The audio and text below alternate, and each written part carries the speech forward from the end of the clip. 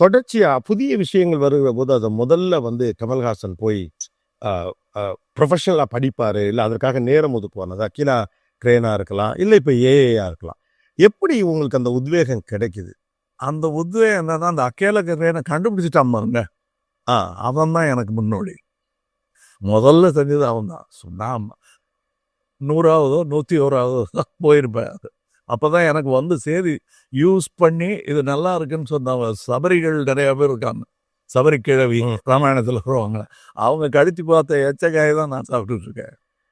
But ஆனா ஒரு ஒரு தொடர்ச்சியா ஒரு விஷயத்த செய்யறப்ப இன்னைய ஜெனரேஷனுக்கு பார்க்குறப்ப ரொம்ப போர்டம் இருக்கு. குயிக்கா போர் அடிச்சிருது.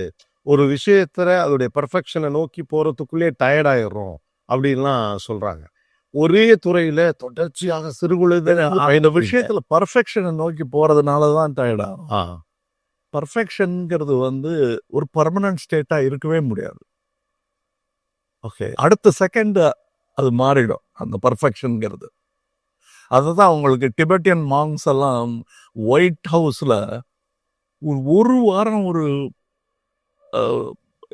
எண்ணிக்கை ஞாபகம் இல்லை, நிறைய டிபெட்டியன் மாங்ஸ் சேர்ந்து ஒரு விதமான கோலம் ஒன்று, வண்ணக்கோலம் ஒன்று போட்டாங்க ஒயிட் ஹவுஸ் மாளிகைக்குள்ள.